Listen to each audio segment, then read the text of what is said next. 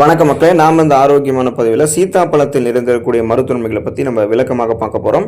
பழங்களில் தனிப்பட்ட சுவையும் மனமும் கொண்டது சீத்தாப்பழம் தான். சீத்தாப்பழத்தினுடைய தோல், விதை, இலை, மரப்பட்டை என எல்லாமே மருத்துவ குணங்களை கொண்டது தான். சீத்தாப்பழம் குளுக்கோஸ், சுக்ரோஸ் இரண்டுமே கொண்டிருக்கிறதால உடனடியாக நம்மளுடைய உடலுக்கு எனர்ஜி, அந்த ஆற்றலை கொடுக்கறதுக்கு காரணமாக இருக்கு. சீத்தாப்பழத்தில் விட்டமின் சி என்று சொல்லக்கூடிய உயிர் சத்துக்கள், vitamin B complex, vitamin A, நார் சத்து, மெக்னீசியம், கால்சியம், பொட்டாசியம், இரும்புச்சத்து, புரதச்சத்து, தாது பொருட்கள் நிறைய நமக்கு ஆரோக்கியமான கொழுப்பு சத்துக்களுமே சீத்தாப்பழத்தில் இருக்கு. இந்த அத்தனை ஊட்டச்சத்துக்களுமே கொண்டு நமக்கு சீத்தாப்பழம் என்னென்ன மருத்துவ நன்மைகளை கொடுக்கிறது அப்படின்றத பற்றி நம்ம விளக்கமாக பார்க்கலாம். அதை பற்றி பார்க்கறதுக்கு முன்னாடி இந்த வீடியோவுக்கு மட்டும் ஒரு லைக் கொடுத்துட்டு இந்த தகவலை உங்களுக்கு தெரிஞ்சவங்களுக்கும் ஷேர் பண்ணிடுங்க. ஏன்னா இது அவங்களுக்கும் பயனுள்ளதாக இருக்கக்கூடிய ஒரு ஆரோக்கியமான பதிவு தான். இது போன்ற அப்டேட்ஸ்களை நீங்கள் தொடர்ந்து பார்க்கறதுக்கு நம்மளுடைய ஹெல்த் நியூஸ் தமிழ் சேனலை மறக்காம சப்ஸ்கிரைப் பண்ணி வச்சுக்கோங்க. பக்கத்தில் இருக்கக்கூடிய பெல் பட்டனையும் கிளிக் பண்ணி ஆல் அப்படின்ற ஆப்ஷனையும் செட் பண்ணி வச்சுக்கிட்டீங்க அப்படின்னா நான் போடக்கூடிய எல்லா அப்டேட்ஸும் உங்களுக்கு நோட்டிஃபிகேஷன் அடிக்கடி சேரும். சரி வாங்க மக்களே, இப்போ வீடியோக்குள்ளே போயிடலாம். பிபி என்று சொல்லக்கூடிய பிளட் பிரஷர், அந்த ரத்த அழுத்தம் பிரச்சனையிலிருந்து விடுபடுவதற்கு சீத்தாப்பழத்தை நம்ம எடுத்துக்கொள்ளலாம். சீத்தாப்பழத்தில் அதிக அளவு பொட்டாசியம் மற்றும் மெக்னீசியம் சத்துக்கள் இருக்கு. இந்த ரெண்டு சத்துக்களுமே பிபி என்று சொல்லக்கூடிய அந்த ரத்த அழுத்தத்தை நமக்கு கண்ட்ரோலில் வைக்கிறதுக்கு ஹெல்ப் பண்ணும். ஸோ எப்படின்னு பார்த்தீங்க அப்படின்னா, இந்த பொட்டாசியமும் மெக்னீசியமும் நம்மளுடைய ரத்த நாளங்களினுடைய விரிவாக்கத்தை ஊக்குவிக்கும். அதாவது நரம்புகள் இருக்கக்கூடிய இறுக்கங்களை தளர்த்தி நரம்புகள் வழியாக ரத்த ஓட்டத்தை சீரான அளவில் நமக்கு பாய வைக்கும். இதனால ரத்த அழுத்தமெல்லாம் நமக்கு கண்ட்ரோல் ஆகிடும். ஸோ இதனால உடல் உறுப்புகளுக்கும் ரத்த ஓட்டம் ரத்த நாளங்கள் வழியாகவும் நரம்புகள் வழியாகவும் சீரான அளவில் நமக்கு போக ஆரம்பிக்கும். இதயத்திற்கு வேண்டிய ரத்த ஓட்டமும் சீரான அளவில் கிடைக்கிறதால இதய நோய், மாரடைப்பு, பக்கவாதம் இந்த மாதிரி எந்த பிரச்சனையுமே நமக்கு இருக்காது. அந்த அபாயத்தில் நம்ம குறைச்சிக்கலாம்.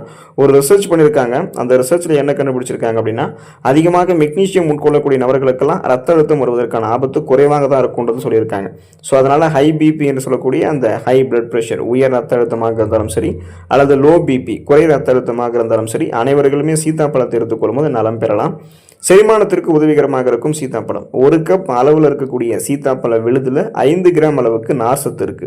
சீத்தாப்பழத்தில் நார் சத்தும் தாமிர சத்தும் சீரான அளவில் இருக்கிறதால செரிமானத்திற்கு இது உதவிகரமாக இருக்கும். இதனால மலச்சிக்கல் பிரச்சனை வராமல் நமக்கு தடுக்கப்படுகிறது. சீத்தாப்பழம் குடல் இயக்கத்தை சீராக்கி குடல் இருக்கக்கூடிய நல்ல பாக்டீரியாக்களை மேம்படுத்தும். சீத்தாப்பழம் ஜீரண சக்தியை அதிகரிக்கிறதால நம்ம சாப்பிட்ட உணவு செரிக்காம போறதால ஏற்படக்கூடிய பித்தம், வாந்தி, பேதி, தலை சுற்றல் இது அத்தனை பிரச்சனைகளுமே குணப்படுத்திக்கலாம். எப்போதுமே நமக்கு செரிமானம் சார்ந்த பிரச்சனைகள் ஏற்படுதுன்னா நம்ம நீர் சத்தும் நார் சத்தும் குறைவாக எடுத்துட்டு இருக்கோன்றதான் அர்த்தம். வளமான அளவில் நார் சத்து இருந்திருக்கக்கூடிய, தாமிர சத்து இருந்திருக்கக்கூடிய சீத்தாப்பழத்தை எடுத்துக்கிட்டோம்னா நம்ம சாப்பிடக்கூடிய உணவுகள் செரிமானமாகும். செரிமானமான உணவுகளிலிருந்து ஊட்டச்சத்துக்கள் உறிஞ்சப்படும். ஊட்டச்சத்துக்களை உறிஞ்சப்பட்டது போக மீதம் இருக்கக்கூடிய கழிவுகள் சீத்தாப்பழத்தின் மூலமாக குடலில் இருக்கக்கூடிய நல்ல பாக்டீரியாக்கள் ஊக்குவிக்கப்படுறதால குடலில் இருந்து கழிவுகள் வெளியேற்றப்பட்டுடும். செரிமான மண்டலம் ஒட்டுமொத்தமாகவே ஆரோக்கியமாக இருக்கும். வயிறு, குடல் நலம் பெறும். மன அழுத்தத்தை கட்டுப்படுத்தக்கூடியது சீத்தாப்பழம். சீத்தாப்பழம் மன அழுத்தத்தை கட்டுப்படுத்தக்கூடிய ஆற்றலை கொண்டிருக்கிறதுக்கு காரணம், மனநிலையை சீராக்க உதவக்கூடிய செரட்டோனின் மற்றும் டோபமைன் போன்ற ஸ்ட்ரெஸ் ரிலீஃப் ஹார்மோன், அதாவது அந்த நமக்கு இயல்பாகவே மன அழுத்தத்தை நீக்கக்கூடிய இந்த மாதிரி ஹார்மோன்களை சுரக்க வைக்கிறதுக்கு விட்டமின் B6 முக்கிய பங்கு வகிக்குது. இந்த விட்டமின் B6 நமக்கு மனநிலை கோளாறுகளுக்கு ஹெல்ப் பண்ணும். ஏன்னா விட்டமின் B6 மன அழுத்தத்தை குறைக்கும். இது குறித்து ரிசர்ச் பண்ணியிருக்காங்க. அந்த ரிசர்ச்சில் என்ன சொல்லியிருக்காங்கன்னா, விட்டமின் B6 யார் ஒருத்தவங்களுக்கு குறைபாடோட அவங்க இருக்காங்களோ அவங்களுக்கு அவங்களுடைய மனச்சோர்வு, ஸ்ட்ரெஸ், டென்ஷன்லாம் இன்னும் டபுள் மடங்கு ஆகிடும் அப்படின்றது கண்டுபிடிச்சிருக்காங்க. ஸோ அதனால் விட்டமின் B6 நம்ம இன்க்ரீஸ் பண்ணுறதன் மூலமாக மனச்சோர்வு அபாயத்தை குறைச்சிக்கலாம். இந்த படபடன்னு வர்றது, ஸ்ட்ரெஸ், டென்ஷன் எதையுமே நம்ம எளிதில் அணுக முடியாமல் போகிறது, கவனமின்மை, கவனச்சிதறல் இதெல்லாமே ஏற்படுது அப்படின்னா அதை க்யூர் பண்ணிக்கிறதுக்கு, ரெஃப்ரெஷ்மெண்ட்டாக, புத்துணர்ச்சி, சுறுசுறுப்பாக நம்மளுடைய நாளை தொடங்கிக்கிறதுக்கு விட்டமின் B6 இருக்கக்கூடிய சீத்தாப்பழத்தை எடுத்துக்கிட்டோம்னா மன அழுத்தத்திலிருந்து விடுபட்டு விடலாம். உடல் எடை ஆரோக்கியமான முறையில் பக்க விளைவுகளே இல்லாமல் அதிகரிக்கப்படுவதற்கு சீத்தாப்பழத்தை சாப்பிடலாம். உடல் எடையை அதிகரிக்க வேண்டும் என்று நினைக்கிறவங்க உடல் எடையை குறைக்கிறது போலவே ஆரோக்கியமான ஒரு முறையில் எப்படி நம்மளுடைய உடல் எடையை அதிகரிக்கலாம் அப்படின்னு தான் நம்ம பார்க்கணும். இல்லைன்னா நம்மளுடைய உடலில் அதிக கொழுப்புகள் சேர்ந்து விடுவதற்கு வாய்ப்பு இருக்குது. அப்படி ஆகாம ஆரோக்கியமாக உடல் எடையை அதிகரிக்க வேண்டும்னா சீத்தாப்பழம் தான் உங்களுக்கான ஒரு சிறந்த உணவாக இருக்கும். இதில் நம்மளுடைய உடலுக்கு வேண்டிய அதிக ஊட்டச்சத்துக்கள், சரியான அளவு கார்போஹைட்ரேட்டுகள் மற்றும் புரதங்கள் இருக்கு. சீத்தாப்பழத்தோட நீங்க தேன் கலந்து சாப்பிடுவதன் மூலமாக ஆரோக்கியமாக உங்களுடைய உடல் எடையை உங்களால் அதிகரிக்க முடியும். நீங்க எதிர்பார்க்கக்கூடிய அளவுக்கு அதிகரித்துக் கொள்ளலாம். அபரிமிதமான அதிகமாக உங்களுக்கு உடல் எடையை அதிகரிக்கக்கூடிய அந்த மாதிரி பிரச்சனைகள்லாம் இருக்காது. ஏன்னா இதில் கரெக்டான அளவில் நமக்கு ஊட்டச்சத்துக்கள் இருக்கும்.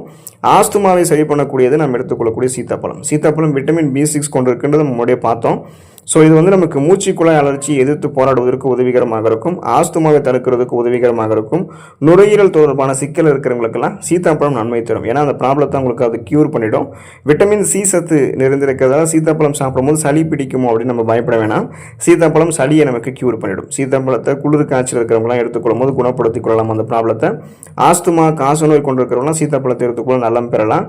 சளி இருமல் இந்த மாதிரி பொதுவான தொந்தரவுகளும் நீங்கி போயிடும். காசநோய், ஆஸ்துமா, மூச்சு திணறல் இந்த மாதிரி எந்த பிரச்சனையும் இருக்காது. ஒட்டுமொத்த சுவாச மண்டலமே வலுப்பெறுவதற்கு சீத்தாப்பழம் ஹெல்ப் பண்ணும்.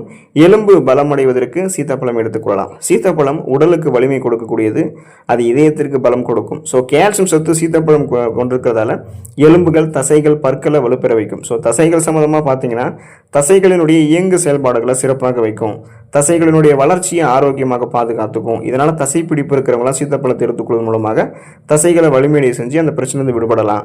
ஈறுகளில் ரத்த கசிவு ஏற்படுவது, சொத்தை ஏற்படுவது, வாய்களில் துர்நாற்றம் வீசுவது, ஈறுகளை ரத்த கசிவு ஏற்படுவதில் பற்கள் வலுவிழுந்து போவது, இது மாதிரி நமக்கு எந்த பிரச்சனை இருந்தாலும் அது எல்லாத்தையுமே சரி பண்ணிட்டு பற்களை வலுப்பட வச்சுக்கலாம்.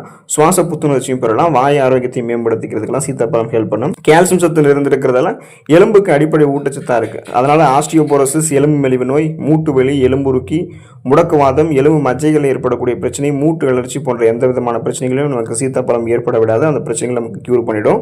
மூளையினுடைய ஆரோக்கியத்தை மேம்படுத்தக்கூடியது சீத்தாப்பழம். இதன் மூலமாக நம்ம எதையும் எளிதில் அணுகக்கூடிய திறன், எதையும் எளிதில் கற்றுக்கொள்ளக்கூடிய திறன், கூர்மையான புத்தி போன்றவற்றை பெற்று ஒரு ஃபாஸ்ட் நிடலை சிந்தித்து செயல்பட ஆரம்பிப்போம். ஏன்னா இது நம்மளுடைய மன அழுத்தத்தை நீக்கி மூளைகளில் இருக்கக்கூடிய நரம்புகளை வந்து வெகுவாக தூண்டும். மூளை நரம்புகள் ரத்த ஓட்டத்தை சீரான அளவில் பாய வைக்கிறதால மூளை வளர்ச்சி கொண்டக்கூடிய அபாயமெல்லாம் நமக்கு இருக்காது. பார்க்கின்சன், அல்சைமர் போன்ற ஞாபகம் மறதி நோயெல்லாம் நமக்கு இருக்காது. சிந்தித்து செயல்பட ஆரம்பிப்போம். நம்ம கண் பார்வையை மேம்படுத்தக்கூடியது சீத்தாப்பழம். ஊட்டச்சத்து குறைபாடால் ஏற்படக்கூடிய இந்த மாதிரி பிரச்சனைகளை, கண்கள் சார்ந்த பிரச்சனைகளை நமக்கு சரி பண்ணிட்டு கண் பார்வையை கூர்மையாக வைத்துக் கொள்வதற்கான அந்த விட்டமின் சத்துக்களை சீத்தாப்பழம் நமக்கு கொடுக்கறதால கண் பார்வையும் கூர்மையாக வைத்துக் கொள்ளலாம். விழி படலத்திலும் எந்த பிரச்சனையும் ஏற்படாது. கண் பூரை ஏற்படுவது, மாலைக்கண் நோய் ஏற்படுவது, இந்த மாதிரி எந்த பிரச்சனையுமே இருக்காது. கண்கள் சார்ந்த பிரச்சனைகள் இல்லாமல் நம்ம நலமோடு இருக்கலாம். நீரிழிவு பிரச்சனை இருக்கிறவங்களாம் சீத்தாப்பழம் எடுத்துக்கொள்ளலாமா அப்படின்ற ஒரு விவாதமே இருக்கு. அதுக்கான காரணம் என்னன்னா, சீத்தாப்பழம் வந்து குளுக்கோஸ் மற்றும் ஃப்ரக்டோஸ் சத்துக்களை கொண்டிருக்கிறதால இது இயற்கை சர்க்கரைகள். இது நம்ம சாப்பிட்ட உடனே உடனடியாக நம்மளோட ரத்தத்தில் சர்க்கரையினுடைய அளவு அதிகரிச்சிடும் அப்படின்றத ஒரு சில பேர் குறிப்பிடுறாங்க. ஒரு சில பேர் என்ன சொல்றாங்கன்னா, சீத்தாப்பழம் வந்து கிளைசமிக் குறியீடு 54 தான் கொண்டு இருக்கு, அதனால நீரிழிவு இருப்பவர்களுக்கு வந்து இது நல்ல பழம் அப்படின்னு சொல்றாங்க. ஏன்னா நீரிழிவு இருக்கிறவங்க லோ கிளைசமிக் உணவு, அதாவது 55 குறியீடு மற்றும் அதற்கும் குறைவாக இருக்கக்கூடிய உணவுகளை தான் வந்து பரிந்துரைக்கணும். அந்த உணவுகளை தான் அந்த சுகர் பேஷண்ட் வந்து சாப்பிடணும். ஸோ சர்க்கரை நோயாளிகள் வந்து கிளைசமிக் குறியீடு 54 மட்டுமே இருக்கக்கூடிய சீத்தாப்பழத்தை சாப்பிடலாம் அப்படின்னு தான் சொல்றாங்க. மேலும் இது நாசத்து கொண்டிருக்கிறதால ரத்தத்தில் இருக்கக்கூடிய சர்க்கரையினுடைய அளவை நமக்கு கண்ட்ரோல் பண்ணும் அப்படின்னு குறிப்பிட்டிருக்காங்க. அளவாக நீங்கள் சாப்பிட்டாலே போதும், அது உங்களுடைய ரத்தத்தில் இருக்கக்கூடிய சர்க்கரையினுடைய அளவை கண்ட்ரோல் பண்ணி நாளடைவில் அந்த சுகர் பிரச்சனை வந்து உங்களை விடுபட வச்சிரும். ஸோ சீத்தாப்பழம் உங்களுக்கு வந்து நீங்கள் சுகர் ப்ராப்ளம் வரக்கூடாது, இப்போ இருந்தே ஆரோக்கியமாக இருக்குன்னு நினைச்சிங்க அப்படின்னாலும் சீத்தாப்பழத்தை எடுத்துக்கொள்ளலாம். குறிப்பாக வந்து பெண்களுக்கு ஏற்ற ஒரு கனியாக சீத்தாப்பழம் இருக்குது. இது வந்து கருவுறுதலை பெண்களுக்கு மேம்படுத்தும். அனைவருக்குமே பொதுவாக ஆண் பெண் இருபாளர்களுக்குமே சோர்வு உணர்வை குறைக்கும், எரிச்சலை குறைக்கக்கூடிய தன்மை கொண்டது சீத்தாப்பழம். ஸோ இந்த அளவுக்கு நன்மைகளை கொடுக்கக்கூடிய சீத்தாப்பழம் ஒரு சீசனில் மட்டுமே கிடைக்கக்கூடிய ஒரு பழம் அப்படின்றதால அந்த சீசனில் கிடைச்சிடுச்சே அப்படின்றதுக்காக அளவுக்கு அதிகமாக சாப்பிடாம அளவோடு சாப்பிட்ட நன்மைகளை பெறுங்க. வளமான நன்மைகள் சீத்தாப்பழம் மூலமாக கிடைக்கும். அடுத்த ஆரோக்கியமான பதிவில் மறக்காம சந்திப்போம். நன்றி மக்களே.